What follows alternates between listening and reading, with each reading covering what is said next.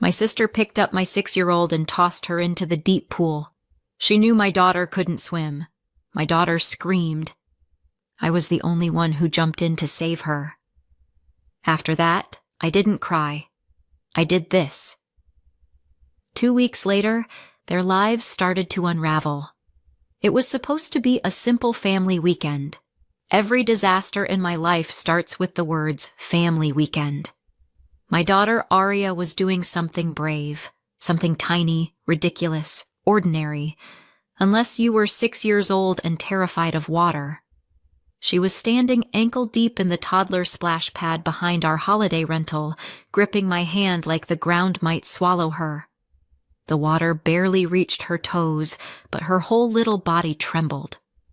"You're doing great," I whispered. She nodded, breath shaky, towel waiting behind her like an escape plan. My sister Janelle's kids, Zach and Paige, were at the real pool, the deep one, launching themselves into it like caffeinated stunt doubles. They screamed, splashed, and caused small tsunamis with every cannonball. "Come on, Aria, it's just water," Zach yelled. Paige added, "You're such a chicken." Aria flinched like the droplets were bullets. I shot Janelle the universal, "Your children are being demons" look. She shrugged without a hint of shame. "Relax, Leah. They're helping her toughen up." Right. That's how my sister parents, chaos as character development. My parents sat in plastic loungers nearby, nodding sagely like they were presiding over a TED Talk on bravery. "You baby her too much," my mother said. My father added, "Kids need a push."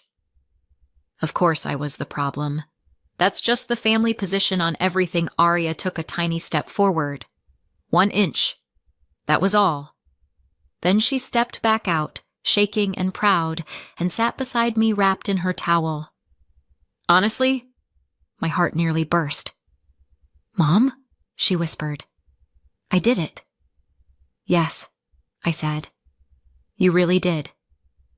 And this is where a narrator with hindsight would warn you the peace was temporary. But I didn't know that yet. What I did know, I wasn't allowed to swim. Minor procedure, stitches, no water. Aria wasn't swimming either. Full body fear, and the rental house had plenty to do besides the stupid pool. So when I stood and told her, "I'm going to use the bathroom. I'll be right back," nothing about it felt dangerous. She nodded, tucked into her towel like a baby chick, and stayed right where I left her. I walked off. Maybe 30 seconds, a minute at most. Then I heard it. A scream. Sharp. Pure panic. A child's scream. My child's scream. My heart dropped so hard it hurt I ran. I don't remember crossing the patio or the yard. I just remember reaching the pool and seeing the thing that should never happen to a terrified 6-year-old. Aria was in the deep end. My daughter, who panics when the bathwater touches her ears, was sinking, thrashing, choking, fighting for the surface. And my entire family, my parents, my sister, her husband, their children, stood around like spectators at a wildlife documentary.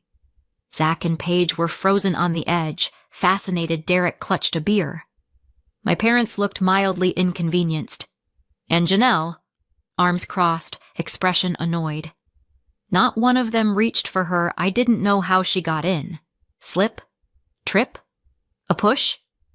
I didn't have time to think. I dove. Clothes, shoes, stitches. The whole lot.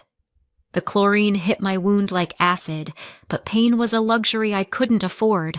I got to her and hauled her above the surface. Her sobs tore into my shoulder, hands gripping the fabric of my shirt as if she could fuse herself into my ribs. "Got you. I've got you," I kept whispering, though my voice shook. When we got out of the pool, she clung to me so tightly I could barely breathe. "How did she—" I asked, my voice already breaking. Aria gasped, trembling so violently I felt it in my bones. "Aunt Janelle, she picked me up. She threw me. I couldn't breathe." She threw her, I turned to Janelle, barely seeing her through the red fog in my head. "You threw my her?" Janelle rolled her eyes. "Oh, come on, Leah. This is how kids learn Zach and Paige are amazing swimmers. And you've seen those TikTok videos where instructors toss babies in? It works." "That," I said, choking on rage, "is not the same thing." My mother chimed in, tone dripping judgment. "You're overreacting." And my father, never one to miss an opportunity for disappointment. "You always make things worse with your dramatics." Arya's little voice broke against my shoulder. "I thought I was going to die. Please don't make me go in again." Something inside me shifted hard, cold, final. I didn't argue. I didn't shout. I didn't even look at them again.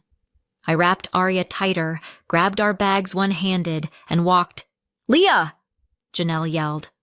"Oh my God, don't be so dramatic." I kept walking. People who look back still expect empathy. I didn't. Arya cried the first 10 minutes of the drive, then exhaustion swallowed her whole, and she fell asleep in the passenger seat. Damp hair sticking to her cheek, tiny fists still curled. I stared at the road ahead, hands locked on the wheel. I didn't cry. I did something else. 2 weeks later, their lives started to unravel.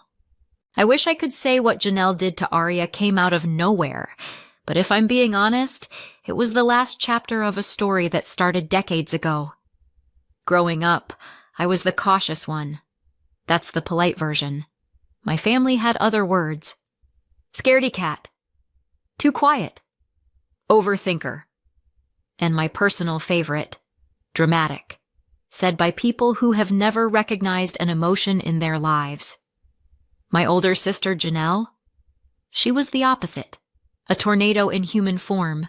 Climbed everything, jumped off anything, ran headfirst into danger like she had a death wish wrapped in confidence my parents loved it. Look how brave she is! Fearless. Just like her mother. Meanwhile, I was the one saying, maybe don't sprint toward the cliff edge, and being told, stop being so negative, Leah. That was the parenting style. If you weren't reckless, you were wrong. My relationship with water was the first casualty. I didn't have a phobia like Arya, but I hated being splashed in the face and I hated waves. You would think a normal family would respect that. Mine enrolled me in swim club. 3 years, twice a week. Practice until she stops acting scared. Fear wasn't something to understand. It was something to punish. By high school, the roles were locked in. Janelle equals fearless star.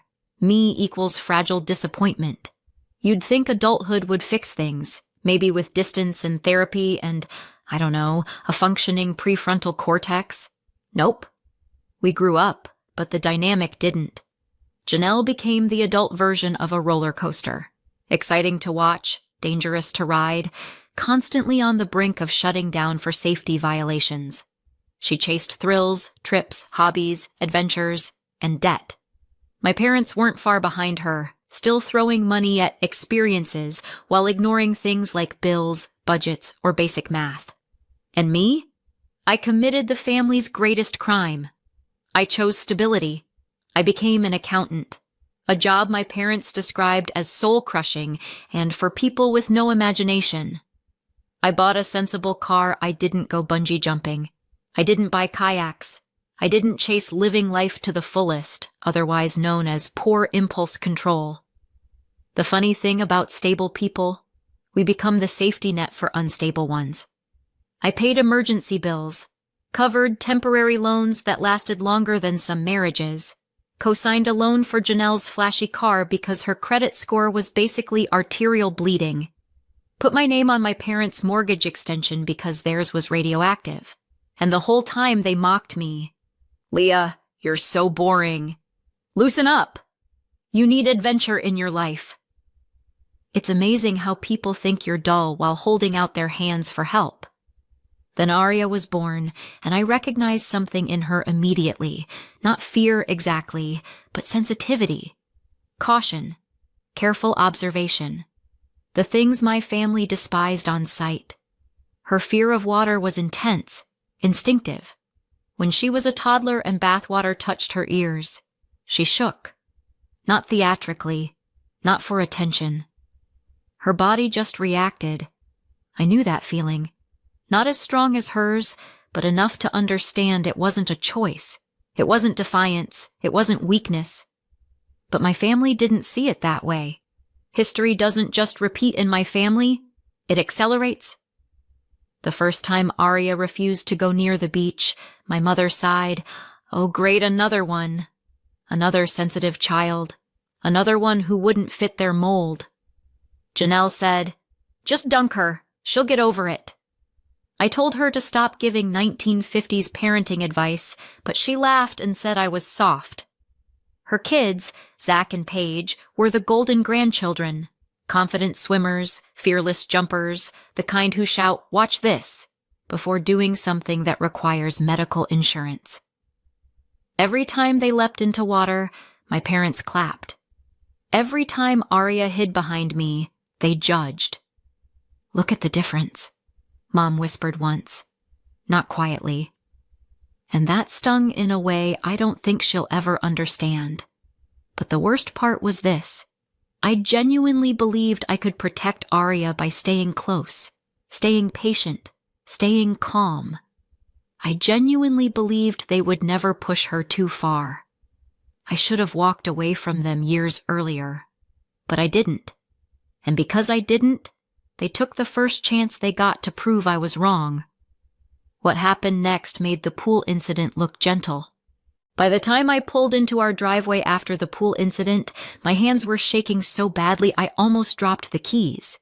Arya was asleep in the passenger seat, or more accurately, passed out from exhaustion. Little fists still curled like she was bracing for the water to pull her under again.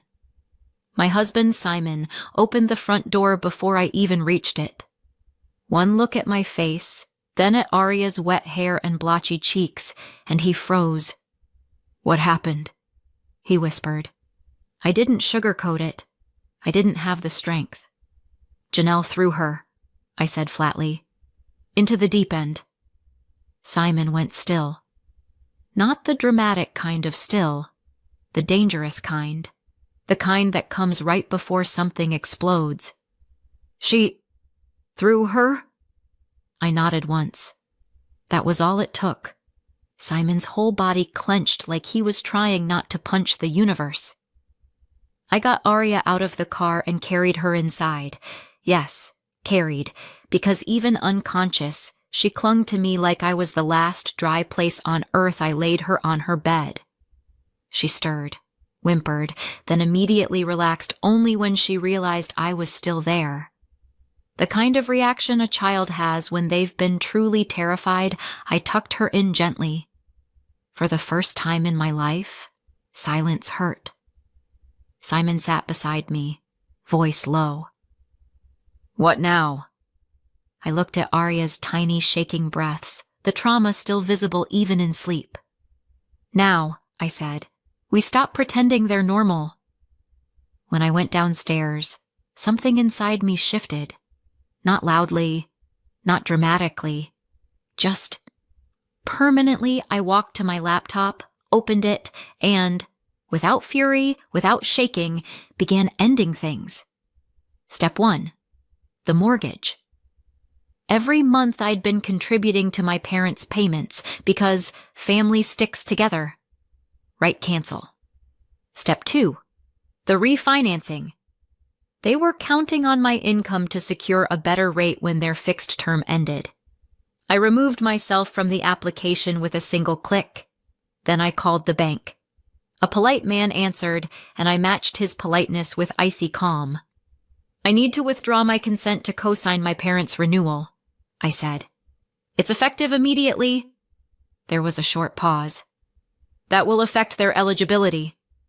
"Good," I said, and meant it. Next, Janelle's car. Ah, yes. The car. The flashy, impractical, high-payment monstrosity she loved bragging about. the one she couldn't afford without my signature floating under it like a financial life raft I called the loan company. "I'm removing my authorization for payment guarantees," I said. Another pause. Another polite voice. "That will put the account at risk." "Perfect." I wasn't cutting them off, I was handing their lives back to them. The next morning it began. I wasn't even done pouring coffee before my phone started vibrating like it was possessed. Mom calling. Decline. Dad calling. Decline. Janelle calling. Decline. Then all three at once. I sighed and answered before the house woke up. The noise was instant. "What did you do?" "The bank is saying, we can't afford this." "Are you insane?" "You're overreacting." "That was nothing. She just needed—" I didn't speak. I let the chaos burn itself out. Then, when they paused long enough to breathe, I said one sentence. "She could have died because of you." A beat of silence, and then, of course, laughter. Laughter. Mom. "You're so dramatic." Dad. "You always exaggerate." Janelle. "If you hadn't jumped in, she'd probably be swimming by now." Swimming. My 6-year-old child who screams if bathwater hits her ears. I hung up mid-sentence. I didn't want to hear what came next. I already knew the script. I'd lived it my whole life. When I went back upstairs, Arya was awake, curled into a tight ball at the edge of her bed. She flinched when the bathroom faucet dripped. She asked, tiny and trembling, "Is the water going to come out fast?" "No," I said gently. "Can I skip the shower?" "Of course." She hesitated, then whispered, "The water pulled me. I thought it wanted me." I sat beside her and wrapped her in my arms. "They think bravery is jumping off cliffs," I murmured. "They don't understand the courage it took for you to stand in that tiny splash pad yesterday." She leaned into me, and for a moment, everything was still, but not peaceful. Not yet. That night, while Simon made dinner, I watched Arya at the table, trying to color. Her hands shook, but she kept coloring anyway. A tiny act of persistence. A tiny act of bravery no one but me would ever understand. "She's braver than any of them," I said under my breath. Simon looked up, confused. I shook my head. "Nothing." The truth was too big to say out loud.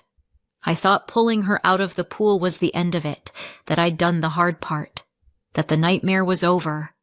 But trauma doesn't end when the danger ends, and families like mine, they don't apologize, they retaliate. I didn't know it that night, watching Arya press her crayon a little too hard against the paper. I didn't know they were already planning something worse, something loud, something reckless, something that would change everything again. But I'd learn soon, because 2 weeks later, they didn't just ignore a boundary, they crossed one I didn't even know could be crossed. And when they did, all hell broke loose. The school parking lot was half empty when I pulled in that afternoon. I was humming, an actual hum, something light, because for once, after 2 weeks of nightmares and whispered reassurances, Arya had slept through the night I walked into the office expecting the same routine we'd done 100 times. Sign in, smile at the secretary, go home. Instead, the secretary looked up and said the sentence that dropped me straight out of my own body. "Oh, you just missed her. She was picked up early." Everything inside me froze. "Picked up by who?" She glanced at the form on her clipboard like it was nothing, her grandmother and aunt. It was on her emergency contact list. My heart punched my ribs so hard I swear I heard it.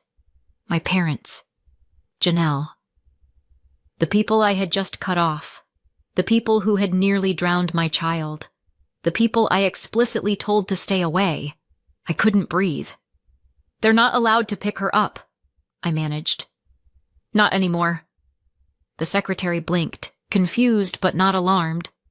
"Well, they were on the list, so—" I didn't let her finish. I was already dialing. I called my mother. No answer. I called my father. No answer. I called Janelle. Straight to voicemail. My hands shook so badly I almost dropped the phone. I called again. And again. And again. Nothing. I felt something inside me split open. Not fear, not anger. Something worse. Something cold. Something that whispered, "You know what they're capable of." I dialed 911. "My 6-year-old daughter has been taken without permission," I said. My voice was thin, almost clinical. "Her last contact with these people resulted in physical endangerment. I need help. Now." The dispatcher didn't waste time. Officers were on their way. For the first time that day, I breathed. Not deeply, just enough to stay upright. The officers arrived at the school in minutes. I retold everything in quick, clipped sentences. No crying, no dramatics, just facts. "They had emergency permission for true emergencies only," I said. "They've never used it. Ever. Until today. And they knew they weren't supposed to take her?" "Yes." "And you believe she's in danger?" I thought of Arya's screams when she hit the water, her trembling hands, her nightmares. "Yes," I said. "I absolutely do." They didn't question it. One officer stepped aside to radio dispatch. The other asked for descriptions, phone numbers, vehicle details, everything I could give. Simon arrived 10 minutes later, practically skidding into the lot. "What happened?" he demanded. I didn't even answer. The look on my face told him everything. Then the radio crackled. "Location found." My stomach dropped. A community swimming pool. Of course. Of course. Janelle had taken Arya, my water-phobic, traumatized 6-year-old, to another pool. I didn't think I didn't breathe. I just ran to the car. The officers followed. Simon drove like the road was dissolving under us. I kept seeing Arya's face from 2 weeks ago. Bluish lips, eyes wide, clinging to me with shaking hands. I couldn't lose her again, not even for a second. When we pulled up, my legs nearly gave out. I didn't wait for the officers. I didn't wait for Simon. I sprinted through the lobby, through the changing area, through the echoing mess of tile and chlorine. And then I heard it. Crying. Small high. Panicked. My daughter. I ran so fast I slipped on the wet floor, but I got there, and what I saw made something in me snap clean in half. Arya was backed into a corner of the pool deck, clutching a dry towel to her chest like armor. Tears streaked down her face. Her whole body shook. My parents stood nearby. Janelle was next to them, and beside her was a man I'd never seen, a swim instructor by the look of his goggles and shirt. They weren't throwing her in again. This time, they were trying to coach her, force her, convince her that the problem was her fear, not their cruelty. "We're trying to help her," my mother snapped before I said a word. "She needs to learn to swim," Dad added. "She'll thank us one day," Janelle chimed in, voice bright and poisonous. I didn't yell, didn't scream. I just said, "Arya." She looked up. The second she saw me, she ran, full sprint, into my arms, sobbing so hard she hiccuped. I lifted her, held her tight, and turned to the officer behind me. "That's my daughter," I said. "I did not give permission for this." The officer stepped between me and my family. My mother spluttered, "We're family!" He held up a hand. "Ma'am, you were not authorized to take this child. You'll need to step back." Janelle scoffed. "Are you kidding? We're fixing her fear. Leah is the problem. Always has been." The officer looked at me. "You want to press custodial interference?" "Yes," I said. "Immediately." My parents froze. Janelle's mouth fell open. "You wouldn't do that," she hissed. "You threw my child into a pool," I said. "And today you took her from school without permission, so yes, I absolutely would." The rest moved fast. Statements, warnings, a formal report.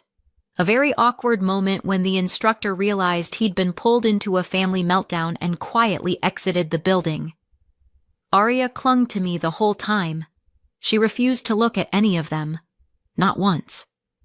When it was finally done and the officers walked us to the car, she whispered, "Can we go home now?" I kissed her forehead. "Yes, baby. We're going home." That night, while Simon sat with Arya and read her a story, I filed the cease and desist, removed every emergency pickup permission, cut the final strings of financial tethering. Mortgage, gone. Car, gone. All access, gone blocked, permanently. I didn't care if they screamed, I didn't care if they spiraled, and I definitely didn't care if their lives fell apart. They crossed the line. And I was done. Arya fell asleep in her own bed, breathing slowly, safely, deeply. I stood in the doorway, the light from the hall catching the soft curve of her cheek, and thought, if this is what protecting her costs, I'd pay it 1,000 times. And then I closed her door. My phone buzzed on the nightstand. Blocked numbers, all of them. I didn't answer. I didn't need to. Tomorrow would take care of itself. But for the first time in weeks, I knew this. They were finished. And we were finally free. 3 years later, I barely recognize the life we live now, quiet, steady, almost boring in the best possible way. There's a baby in the house now, toddling around with fists full of crackers and a talent for chaos. Arya adores him. She's 9, taller, still cautious, still sensitive, but peaceful. A different child than the one shaking in my arms in that pool. As for my family, they folded fast. Janelle lost her car within months. The repo truck came at dawn, and judging from the screaming voice memo she left me, it was a performance worthy of an Oscar. My parents tried to refinance their mortgage without my name. Spoiler, it didn't happen. Their payments doubled overnight. Within a year, the house was gone, sold off in a panic, then replaced with a cramped rental on the edge of a town where no one knows them and no one cares. Their social circle evaporated too. Turns out word about that pool incident traveled faster than chlorine. I didn't have to lift a finger. They did all the unraveling themselves. Meanwhile, Arya healed slowly. Baths became tolerable again. Then showers.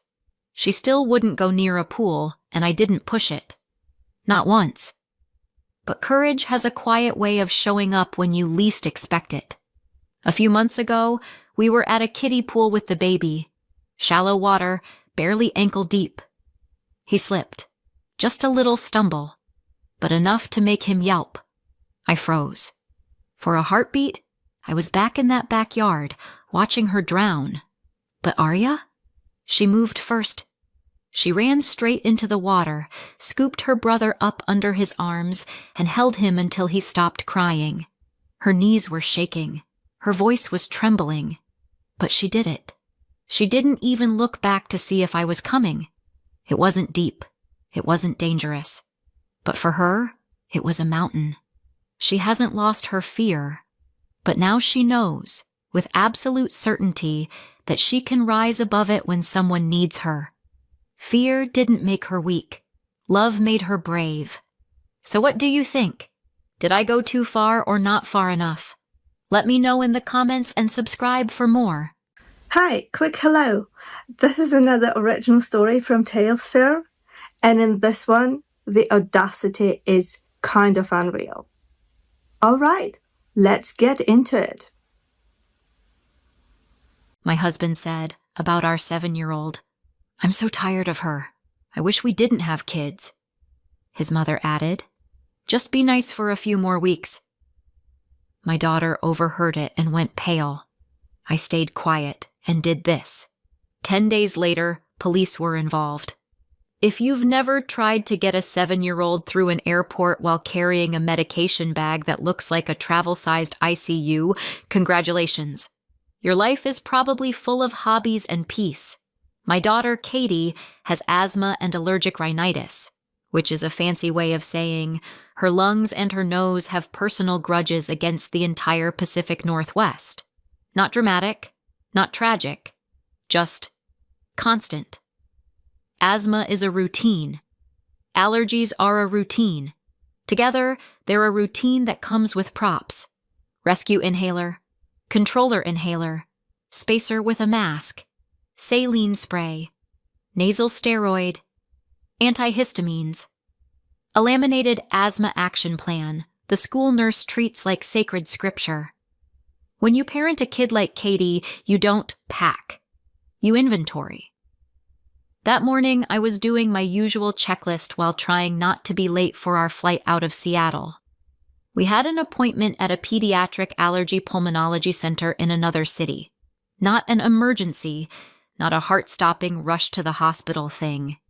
Just a big, annoying, important specialist visit where you answer the same 50 questions and then leave with a new stack of forms. The kind of appointment you wait months for. Katie sat at the kitchen table swinging her legs, eating cereal like she wasn't the reason my calendar looked like a medical conference schedule. "Mom," she said, nasal voice thick with allergies.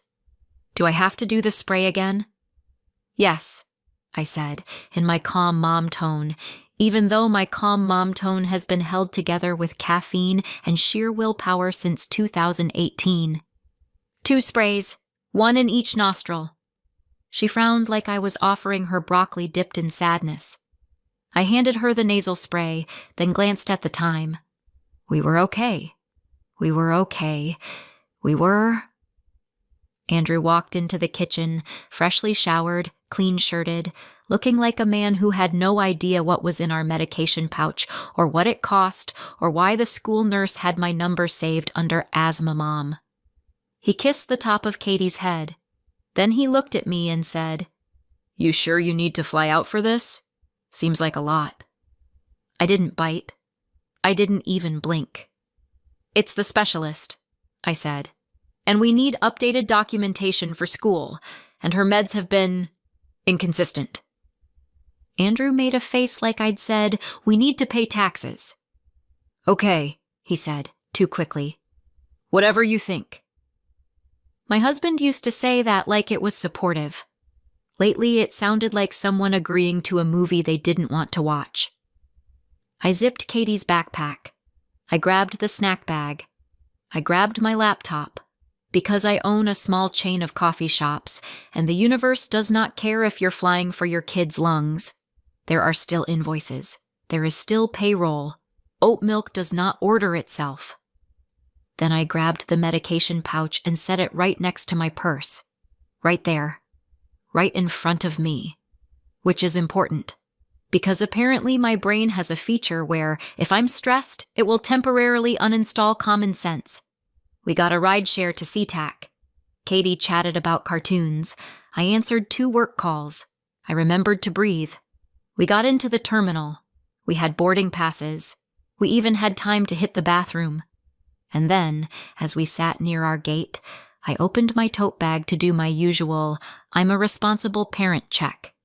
Snacks? Yes.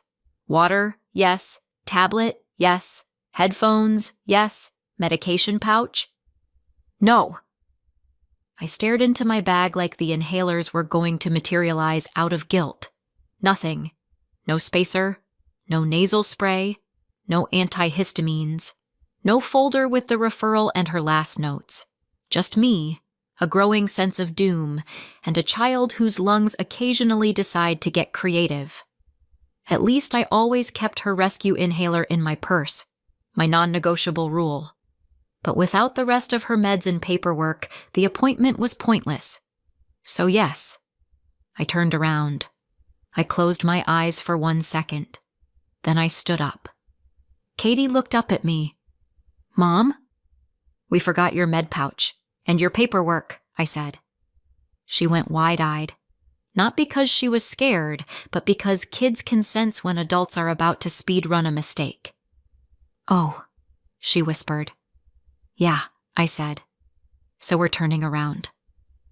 We took a rideshare back to our condo building downtown like we were escaping a situation, which, turns out, We were.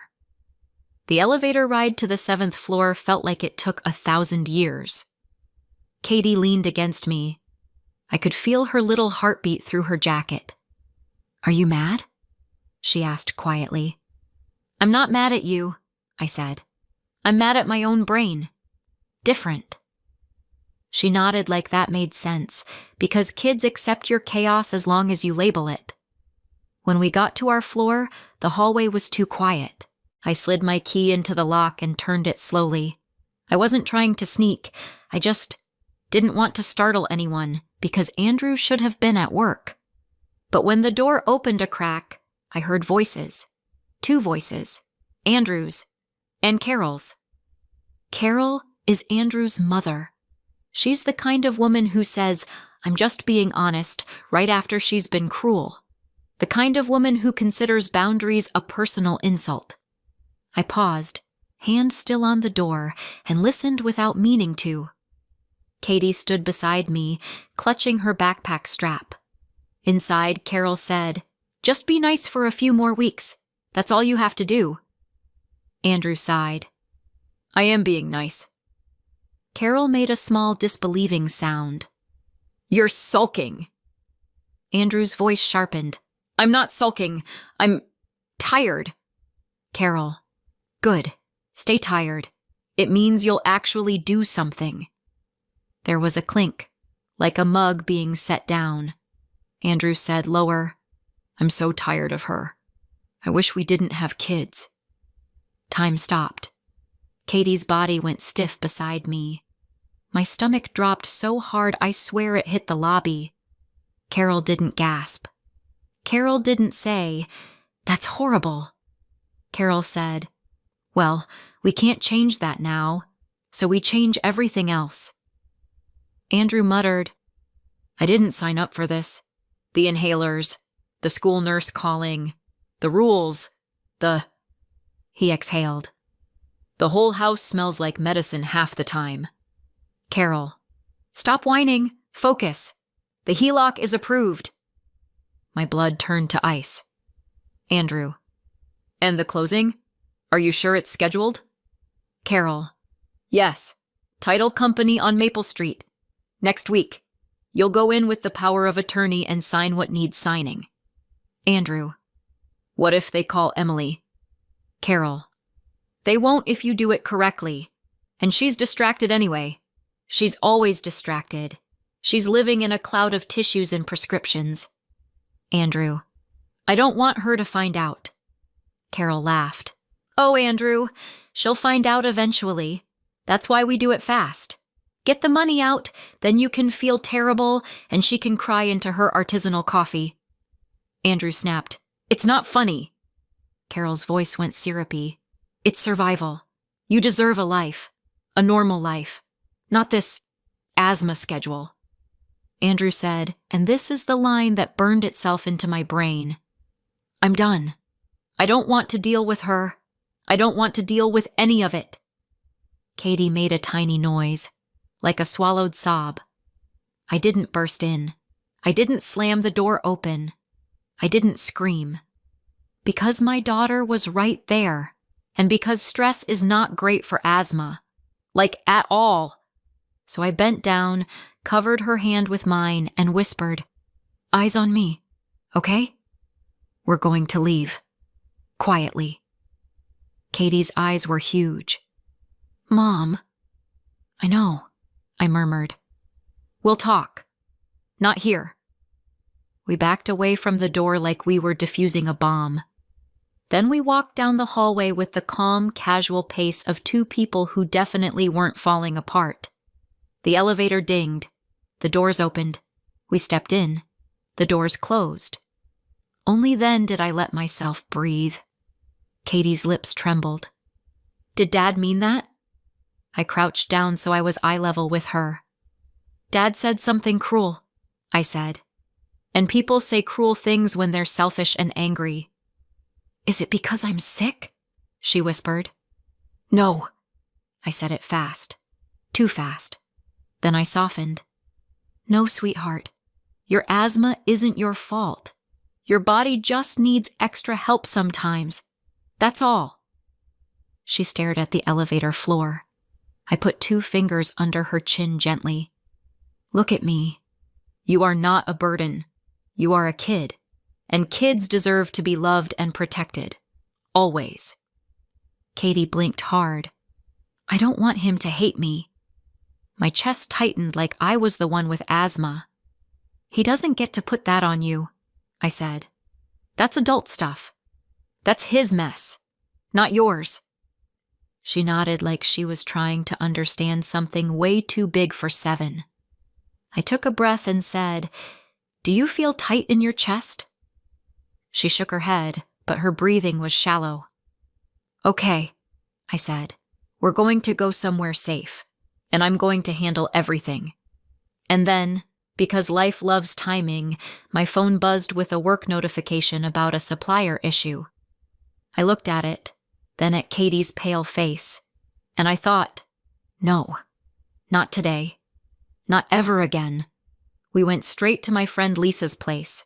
Lisa is one of those rare adults who can hear something happened in your voice and immediately pivot into action without asking for a full PowerPoint.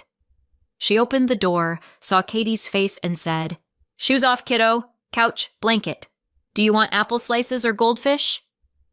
Katie managed a tiny nod. Then Lisa looked at me. Not dramatic, just steady. What happened? She asked. I swallowed. My throat felt scraped raw. I need you to watch Katie for a while, I said, and I need you not to panic. Lisa's eyebrows rose. Okay, those are 2 things I can do. Try me. I took a breath. Andrew and Carol are planning something financial. With my condo, Lisa's face changed immediately.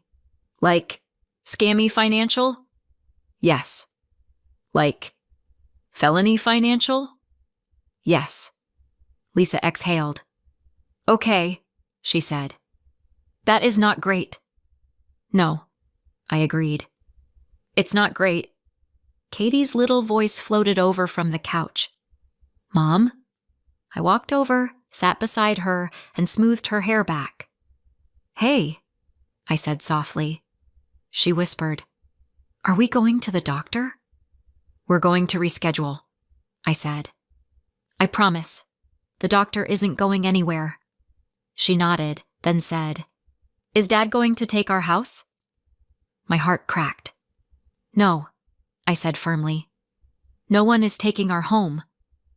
She studied me like she was searching for a lie. You swear? I looked straight at her. I swear. She relaxed a fraction. Not all the way. Just enough to breathe. Lisa made tea. For Katie, she found a juice box.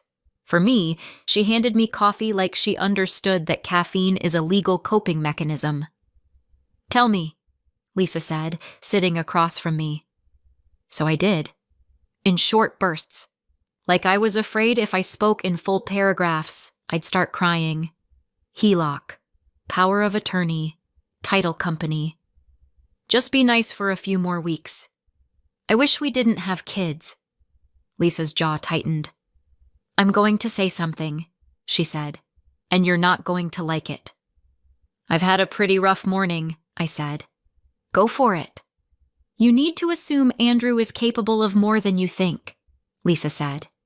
If he's willing to say that about Katie, he's willing to do other things too. I stared into my coffee. Because she was right. Andrew and I had been together for 11 years, married for 8. When we met, he was charming, funny, low drama, and I'm not an idiot. I don't fall for every smile. I was building my business even back then, one little cafe at a time, starting with a cramped spot and a second-hand espresso machine that sounded like a dying lawnmower.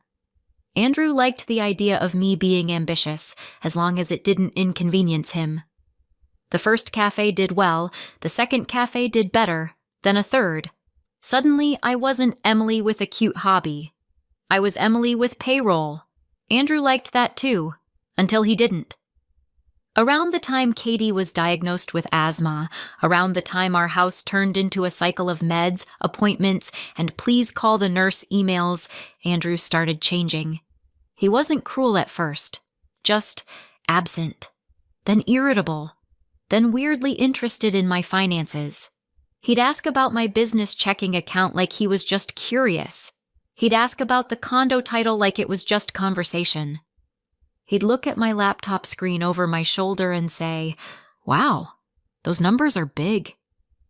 I thought it was awkward support. Turns out it was reconnaissance.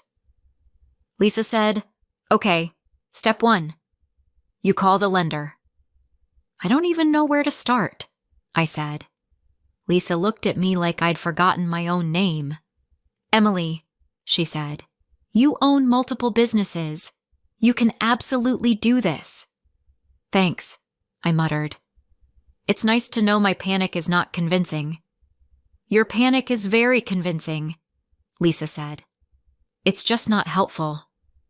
Katie coughed softly from the couch.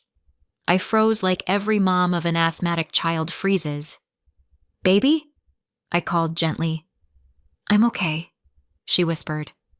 I watched her breathing for a beat. She was okay. Just allergies. Still, my nerves were stretched tight. I pulled out my phone, and I called my lender. The lender's automated system was a masterpiece of modern cruelty.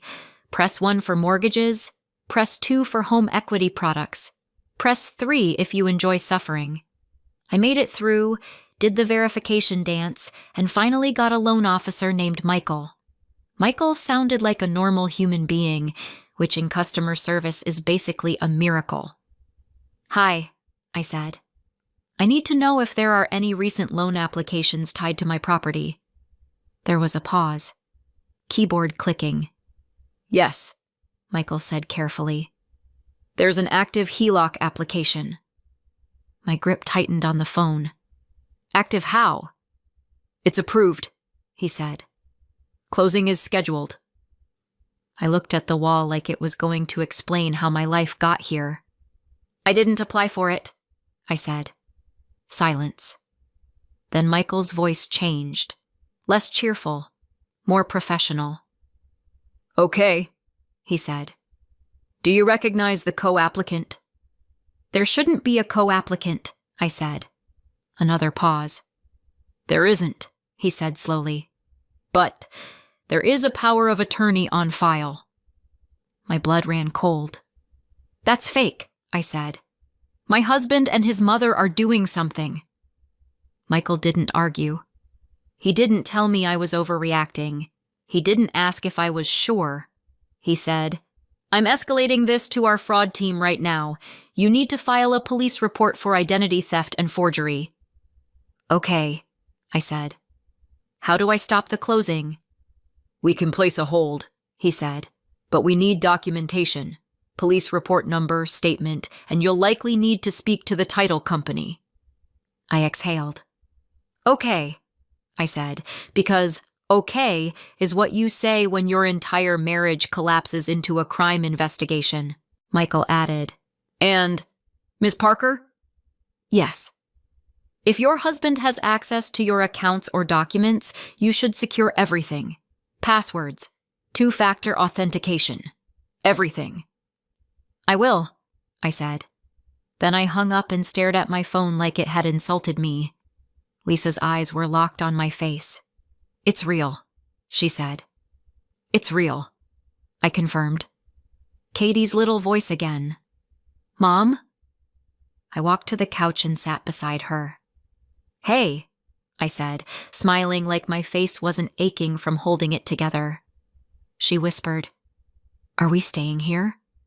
"For a little while," I said. "A sleepover with Lisa." Her eyes widened. "Can we have pancakes?" Lisa snorted. "Absolutely." I kissed Katie's forehead. "Go pick a movie," I told her. When she hopped off the couch, Lisa leaned toward me. "Police report," she said. "Now." So I did. The precinct on Jefferson Avenue smelled like old coffee and fluorescent lighting. which felt fitting because my life had become a bad office break room. I met Detective Peterson, who looked like a man who had heard every variation of "my spouse did something terrible" and had long ago stopped being surprised. He listened while I explained the HELOC, the power of attorney, the title company, and the fact that my husband and his mother were discussing it like it was a grocery list. Detective Peterson asked, "Do you have any evidence?" I hesitated. Then I said, "I recorded a little."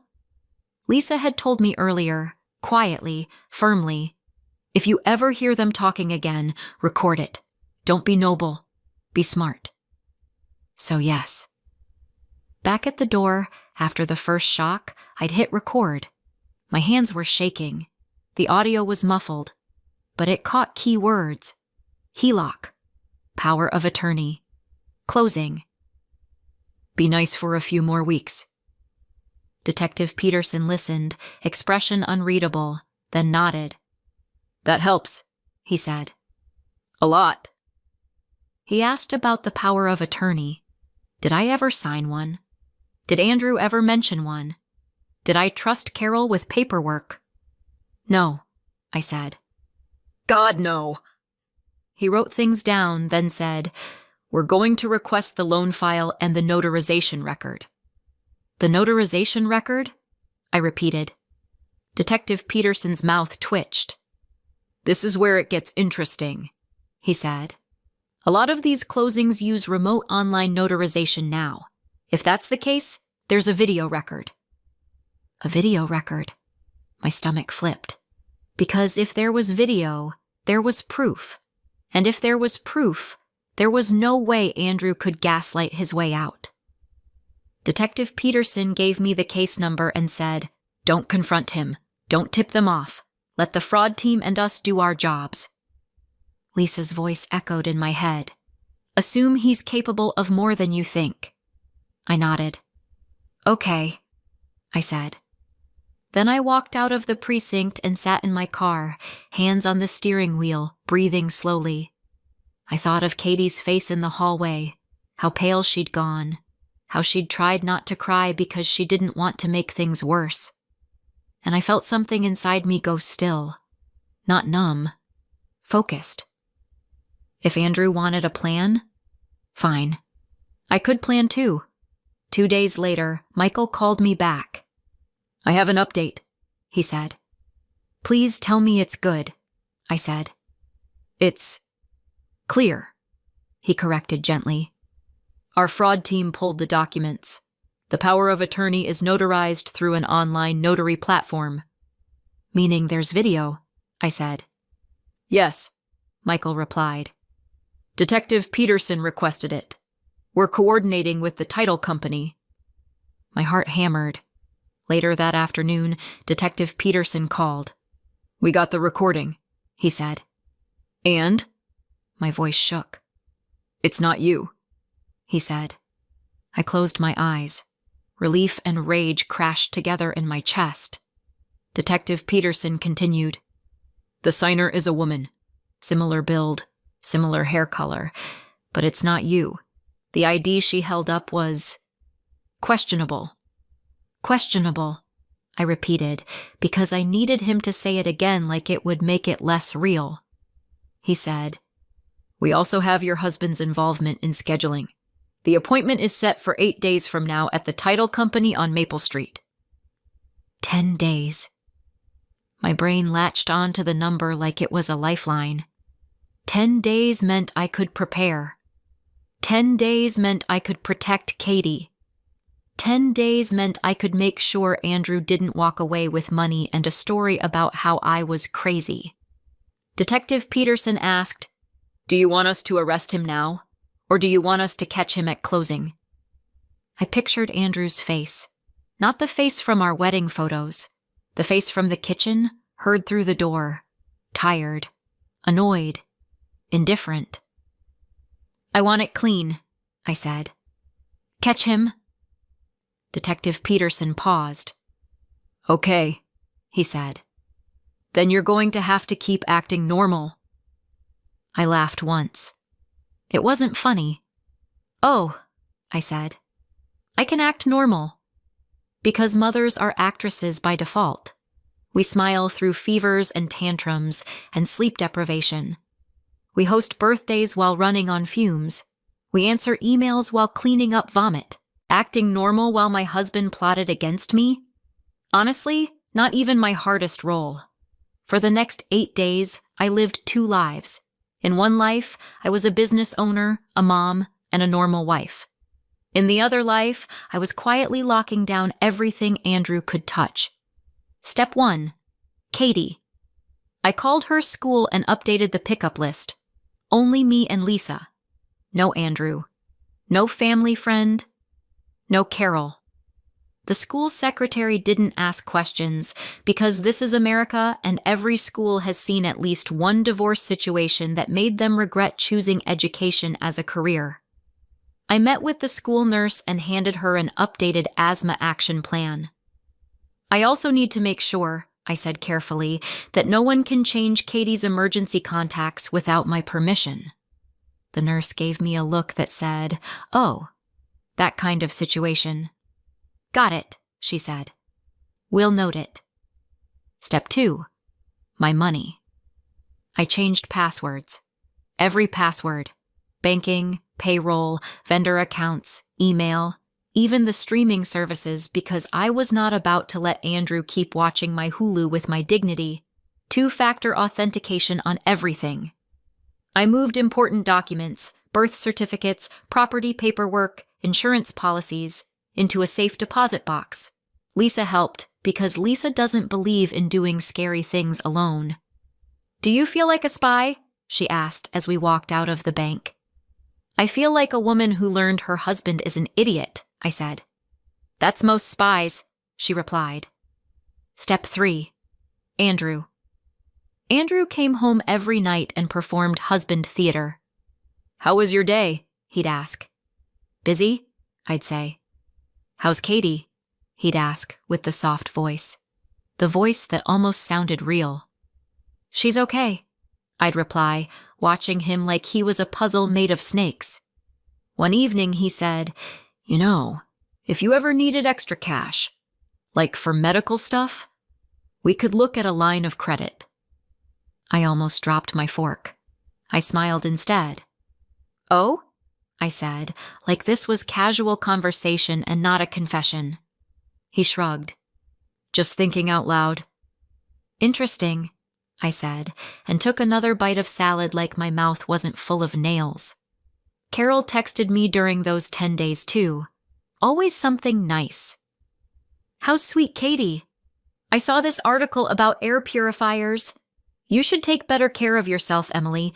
Stress isn't good for the immune system." Carol's kindness was like perfume sprayed over trash. I ignored most of it. But on day 6, Carol called. I didn't want to answer. Lisa said, "Answer it. Let her think everything's fine." So I did. "Hi, Carol," I said, bright. "Oh, Emily," Carol said, warm as a knife. "How's our little Katie doing?" I forced myself to stay calm. "She's okay," I said. "We're managing." "Good," Carol purred. "You know, Andrew worries." I almost laughed. "He does?" I asked. "Oh, yes," she said. "He just wants what's best for the family." I stared at the wall. "The family," I repeated. Carol continued. "And you've been so busy. With the shops, with appointments, with everything. You must be exhausted." "Yes," I said truthfully.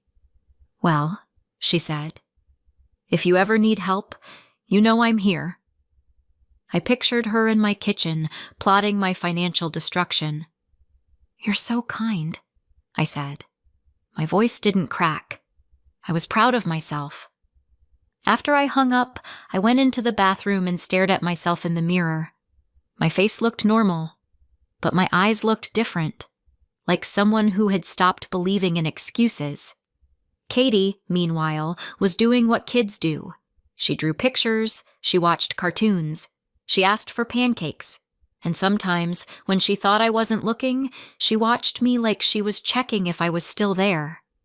One night, as I tucked her into bed, she whispered, "Mom?" "Yes, baby." "Do you still love Dad?" she asked. My throat tightened. "I love the part of him I thought was real," I said carefully. Katie frowned. "But he said he didn't want kids." I sat on the edge of her bed and smoothed her blanket. "Sometimes adults say things they don't understand," I said. "Sometimes adults are wrong." "Is he wrong about me?" she whispered. "No," I said fiercely. "He's wrong about you. You are wonderful." She stared at her stuffed animal. "Okay," she said softly, like she was trying to accept it. I kissed her forehead. "You and me," I whispered.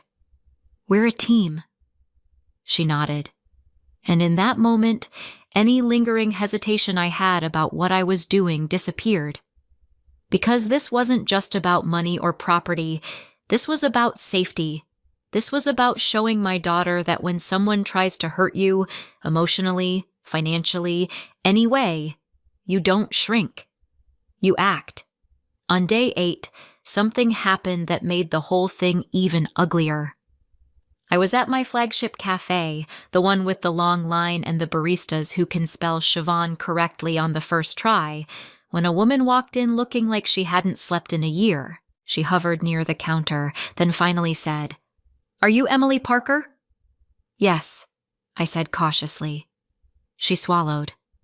"My name is Megan," she said. I think your husband might be...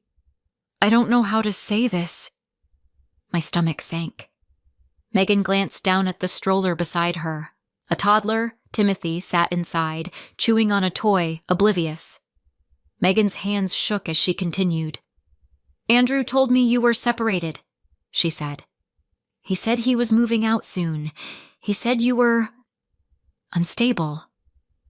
Lisa's words echoed again. "Assume he's capable of more than you think."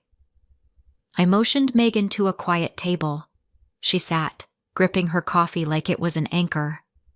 "I didn't come to ruin your life," she said quickly. "I didn't even know. He asked me for money.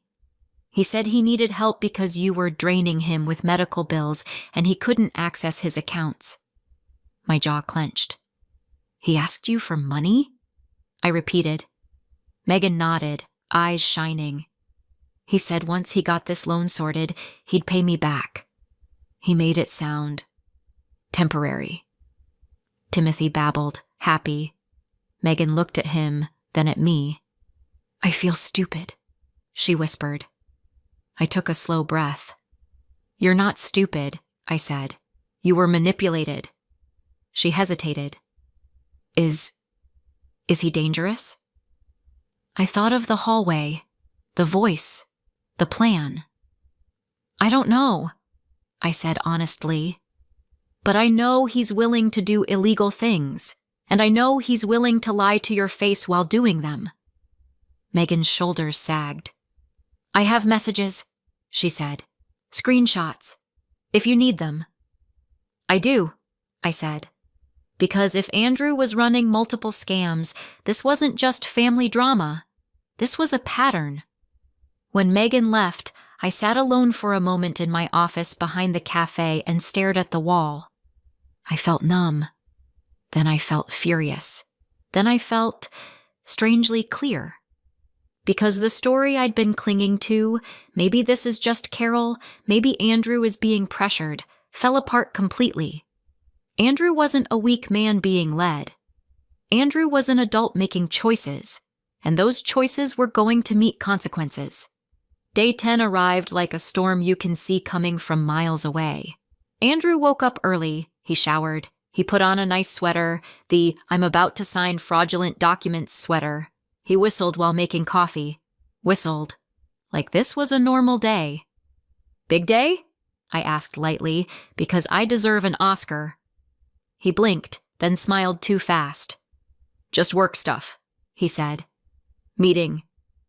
"Have fun," I said, sipping my coffee like I wasn't counting down to his downfall. Carol texted me at 9:12 a.m. Today's the day. Stay calm. Which, honestly, was hilarious. Because Carol didn't realize I was calm. I was calm like a locked door. At 10:30 a.m., I walked into the title company on Maple Street. The office looked exactly like every office where people sign their souls away. Beige walls, polite receptionist, a bowl of mints that tasted like regret. Michael was there. 2 security officers. Detective Peterson, wearing plain clothes, sitting in a corner like a man waiting for a bus. He nodded at me. "You okay?"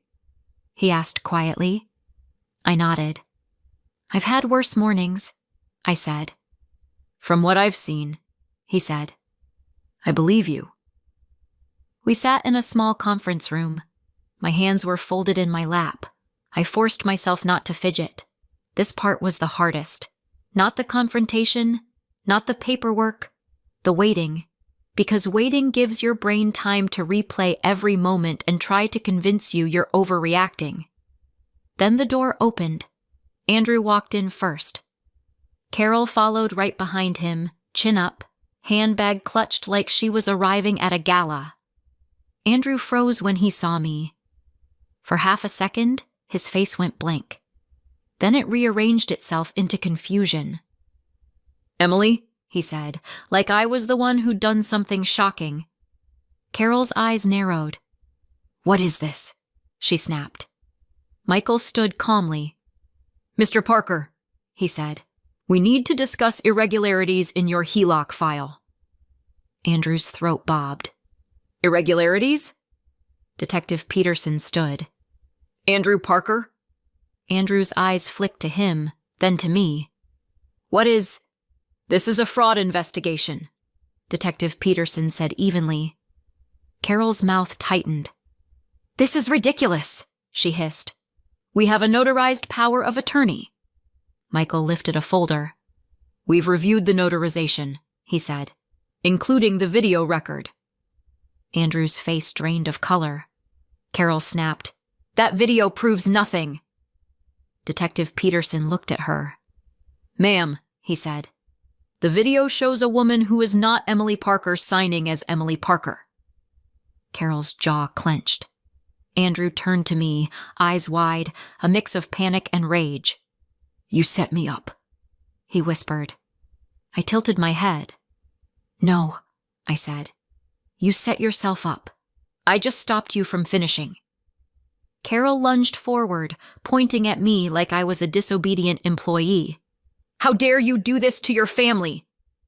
Detective Peterson's voice sharpened. "Ma'am, step back." Andrew started talking fast, the way guilty people talk when they think speed can replace truth. "It's a misunderstanding," he said. "I was trying to help us. Emily's been overwhelmed and Michael cut him off. "Sir," he said calmly, "you attempted to borrow against a property without authorization, using a forged document. That is not help. That is fraud." Andrew's lips parted. No sound came out. Carol hissed, "Emily, you ungrateful—" I looked at her and smiled slightly. "Carol," I said, "you told him to be nice for a few more weeks." Her eyes widened, just a fraction. Detective Peterson reached into his pocket. "Andrew Parker," he said, "you are being detained pending further investigation into identity theft and loan fraud." Andrew's face twisted. "Emily." I held up a hand. "Don't," I said softly. "Not here." Carol's voice rose. "You can't do this!" Detective Peterson motioned, and the 2 officers stepped forward. Andrew stumbled backward. Then the cuffs clicked. The sound was small, but it landed like thunder. 10 days after my daughter heard her father wish she didn't exist, he was being led out of an office by police. Carol tried to follow, yelling. Security blocked her.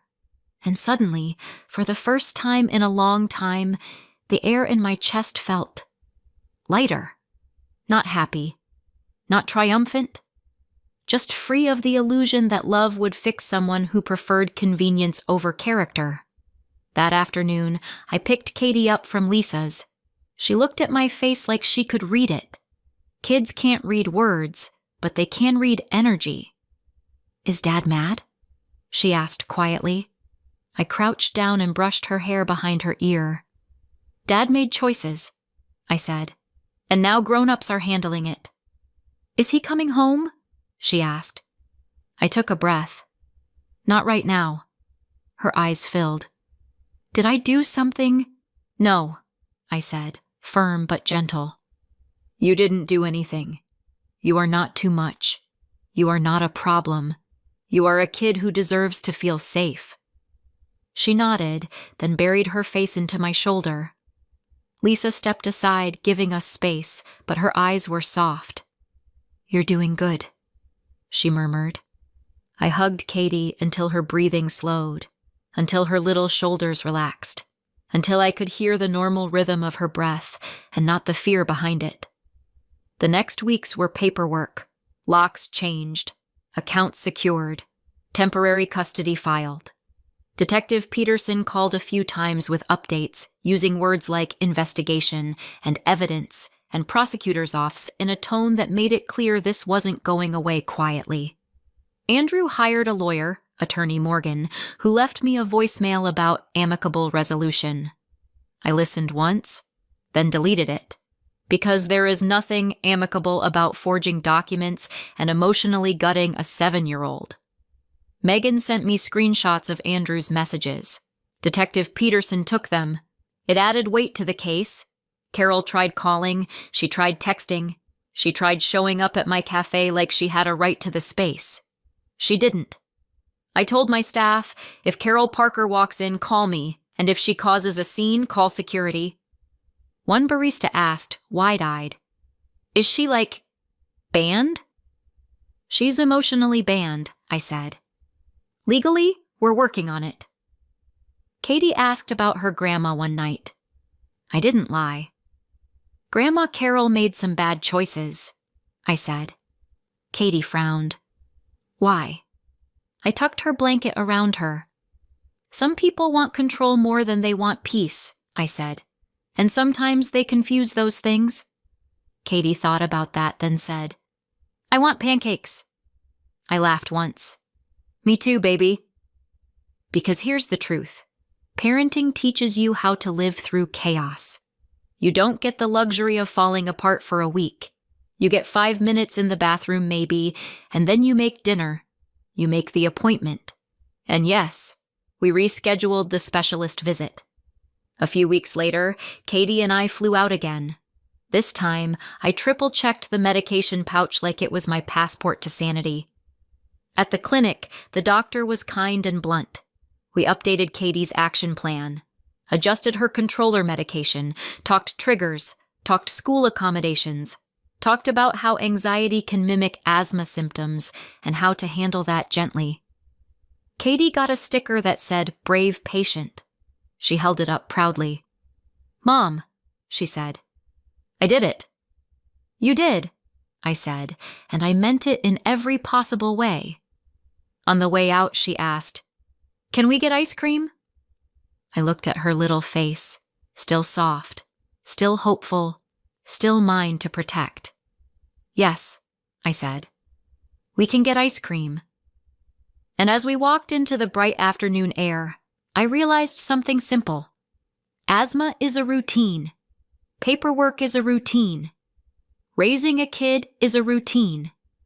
But I will never, ever build my routine around a man who thinks my daughter is an inconvenience. Not again. Appreciate you being here. If you enjoyed this, please like the video and subscribe. It really helps the channel. Drop a comment with your thoughts because I read them all. Thanks again, and I'll see you soon with another story